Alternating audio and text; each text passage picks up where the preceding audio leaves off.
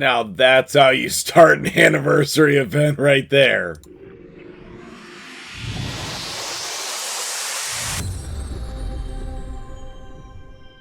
What's up, guys? MtgJedi here. How you doing today? Log into the game immediately if you have not yet, so that you can start your process of getting these rewards.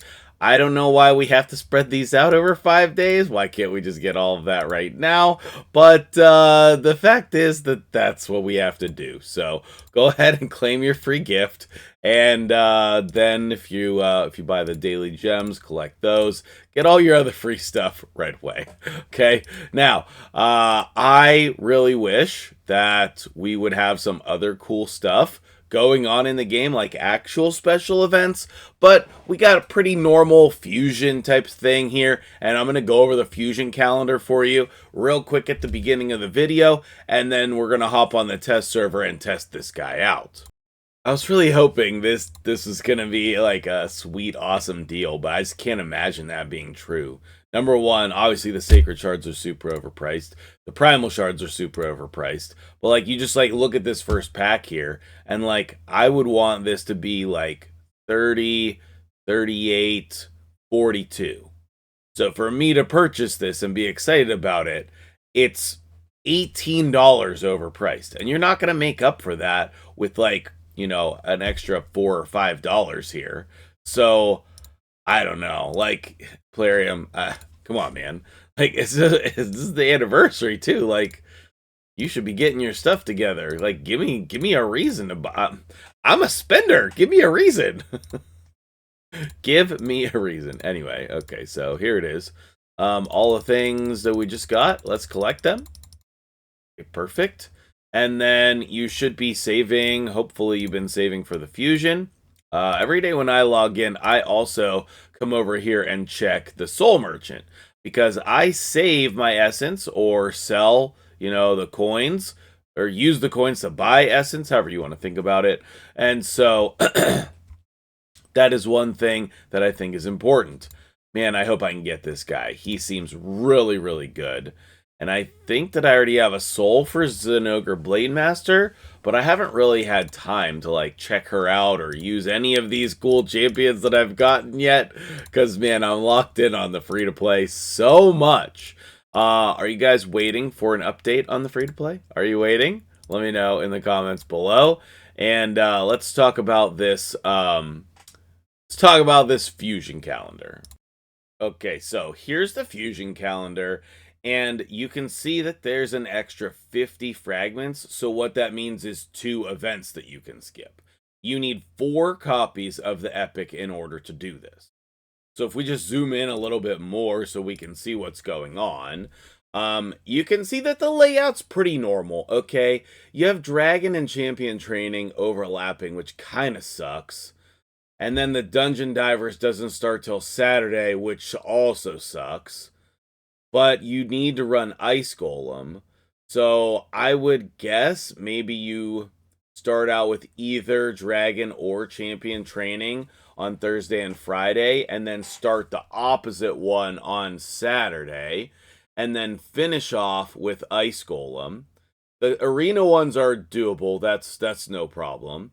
And then you use the silver that you get from both of those, or all 3 of those things, in order to do the artifact enhancement event.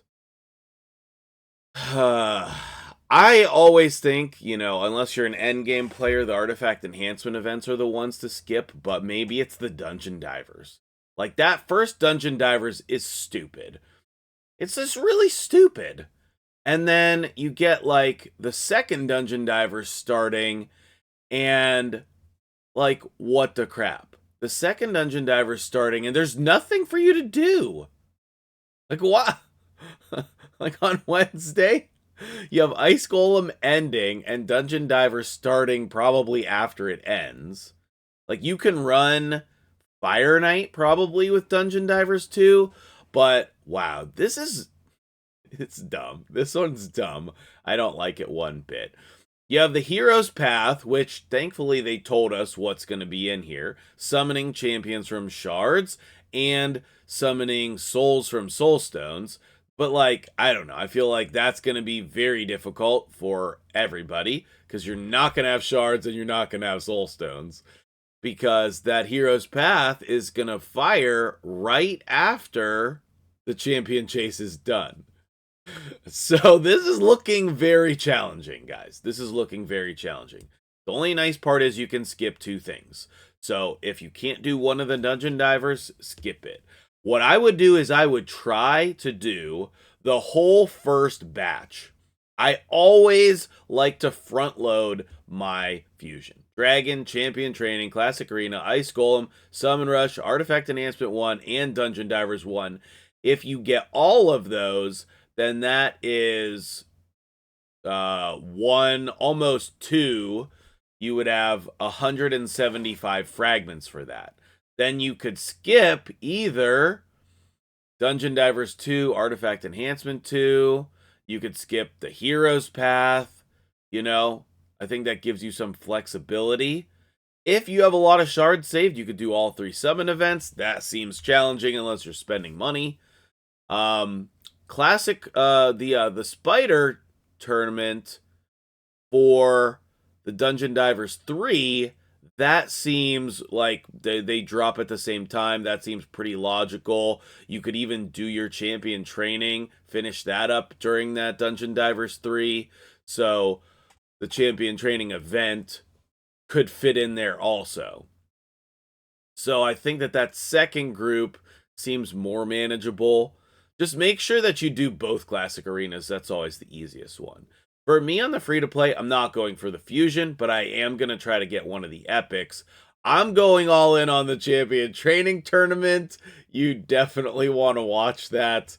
It is going to be a crazy video. What am I missing here? What do you think about this fusion calendar? Let me know in the comments below, and let me log into the test server so I can show you what I'm talking about with this thumbnail. I know we're 7 minutes in, but good info, right? Alright, so we're over here on the test server. Let's look at this Armand's build. I wanted to make him powerful because the test server stuff is hardcore, but I didn't want to go insane and, like, go crazy with it. But, like, do we need resistance? Maybe. I got almost 600 accuracy, 309 speed, and some defensive stats. I didn't pull literally my best gear, but I pulled, like, good gear, and then I happened to have reaction accessories for all 3 things that made sense.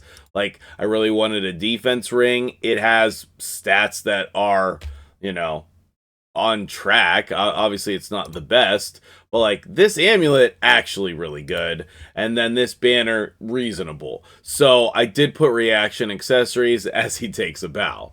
What I want to do though is I want to use him in arena and a couple other places. I want to test him out. I think one of the most logical teams to use him with is a reset team, so that you can obviously reset his amazing abilities. I don't think that I booked him. Wait, let me go do that. And I don't think I put masteries on him. Okay, we need books and masteries. 1 sec.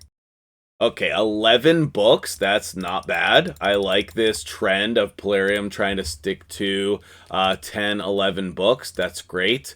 And then the masteries, let's go ahead and get those. Thank you for Polarium letting me on the test server here, obviously, because that's amazing. Wouldn't be able to do this without that. All right, this is my initial, like, suggestion or trial. This is what I'm going to do first for masteries, is just put Eagle Eye on him. I know some other content creators have been doing War Master and other things. I think it's logical to do Eagle Eye. So we'll see. I mean, maybe it should be something else. You let me know what you think. So let's go ahead and take that build into the arena. I like the animations on him. It's super cool. Now, I also want to say that before I jump in and see him in action, I think that he's perfectly fine. I think that he's a reasonable champion. He's going to be very good, but he doesn't need nerfed. He's not going to break the game. And in fact, I want to go so far as to say I think that he's really good for the game. I think he's like kind of a combination of Monkey King, and Huskarl, and I think that that's super cool. So, anyway, with all that being said, obviously you should go for him, but let's see this team in action. Baron could be anyone here, and Yumiko could be any reset champion. So, all of that is perfectly fine. What do we want to do here in order to beat Hell Hades' team? We want to put their skills on cooldown. Okay, we did get resisted there. And then we want to sheep someone. Who do we want to sheep? Probably Necrit. And then he's in Stone Skin, though. But I think that we should be able to kill the other ones. No. Okay, well, maybe I'm wrong. Maybe I'm wrong. Okay. Now, oh, it could have just been Georgid, and I would have just killed him. But maybe we don't all have Georgid. I don't know. I think this is a reasonable thing. So let's go ahead and stun people. Okay. But we do get the counter attack because he's in Stone Skin. Interesting. Okay, so we ended up losing there. I mean, obviously, if I put Georgia in, like, we'll beat that team. That's no problem. Probably Scratch is gonna be way faster than me here, so I don't need to do that. Let's try this one, Farbstoff. Now, I mean, like, obviously this could be a team composition here, okay? But, like, for example, so if this is what I would be doing, I would be just sheeping here and then trying to kill them. So, I don't know. Maybe I need somebody to protect my Baron. Maybe I need, like, a different damage dealer in there. I don't know. Obviously I can revive him here. I picked Baron because I have a lot of speed on him. See, yeah, he's just dying. So, who would I put in here instead? Okay, so I think let's just back out. And let me think about a different damage dealer to bring in here. Because I feel like that sheep action, I should just kill everyone. So, I mean, like, I have a lot of options, but I don't know what the best option is. You know what I mean? Like, what is the best option for this? I would say we could, just like, I mean, I can throw Terrace in there. But, like, are you guys gonna appreciate this video if I just, like, throw Terrace in here? I don't know. Let's try it. Let's try it. I mean, obviously, these teams are pretty hardcore. Like, if you ran that same exact strategy on the normal server, you would have just, like, won there. You know, people don't have as strong, in general, of teams as what we do on the test server. Okay, I mean, like, maybe that's just not enough damage. Like, obviously, I don't have decreased defense. I don't have, more buffs on Terrace. I don't have Marichka in there with him. And then, like, everybody else is dead. So, then this is really, like, a Terrace showcase? I don't know. I mean, like, to me, this is not crazy. It's just normal. Like, I don't know. Like, what kind of team could we go against here? Like, I think the White King and White Queen are better than him. Like, how, you tell me how you're gonna beat any of these teams in here with him. Like, what does that do for you? I mean, here, let's come in here. Let's put the Baron back in. Because I don't know, I think he fits better in this team. And then Scratch is just going to be faster than me and win, right? He's going to be faster than me. So then your option is, well, okay, I mean, I could put somebody in Stone Skin. Oh, the Georgia didn't take a turn yet. So, like, I could, if he had resistance, then that's one thing. I could, you know, come in there and do that. I guess I could try to put his skills on cooldown. Oh, wow.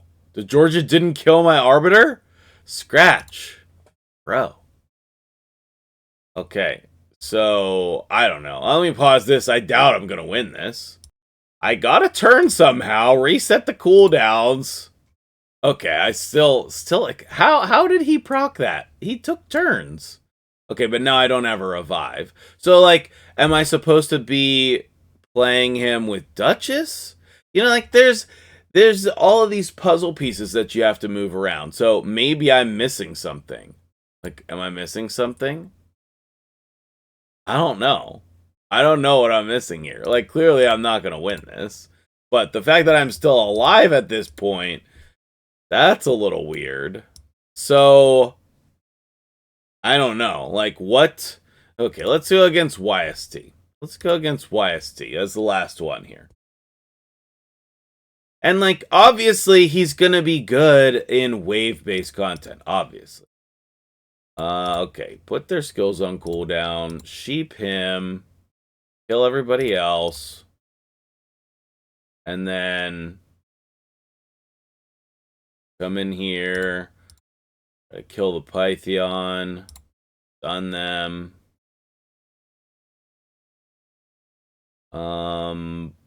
Damage increase in the buffs. No, this one, just the A1. Okay, and then we'll just attack there. Yeah, I guess we'll go put his skills on cooldown. We'll lower the turn meter. Yeah, I'm gonna boost ahead here. And I'll do to A1 again and kill them. So, like, I don't know. Like, I love this team from YST. It is cool. But, like, that's a type of team, like, that you'll take advantage of on the regular server. But it's not going to be able to beat every team. Like, just because you have him doesn't mean you're going to be able to come in here and beat every team. What about E-Yangs? I know, we're just messing around in Arena, but, like, I feel like this is valuable information here. Okay, so this is a cool team that seems like we should be able to take advantage of this. Okay. I mean, that's good to me, but it's not insane. Like, there just seems like there's so many teams we could use in here. And then we stun them. I mean, all of that is great. Okay. We're getting some wins. We're getting some losses. But, like, I can't come in here and beat Murder's team, I don't think. So, like, when you get into the high-end stuff, and maybe it's just my team composition, but, like, I don't know. Let's see whose skills I did all of them. Well, let's take this off. And it got the Warlord also? Oh, we get the counterattack. Okay, Baron's dead. We'll revive him. He cannot. He is so squishy. Let's see if we can reduce his turn meter. I think so, and then we'll stun them. Okay. And then we'll try to keep her skills on cooldown. I guess we'll attack here also.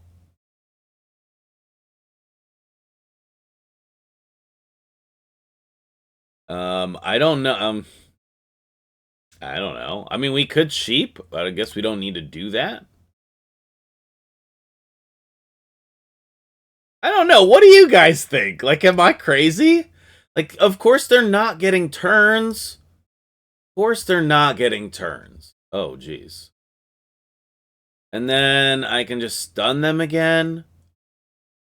But, like, I don't feel like this is... Like, I have to work for this. This is not, like, just an auto win. Like, I have to work for this. Wrap it up. I mean, can I just hit auto here? Okay.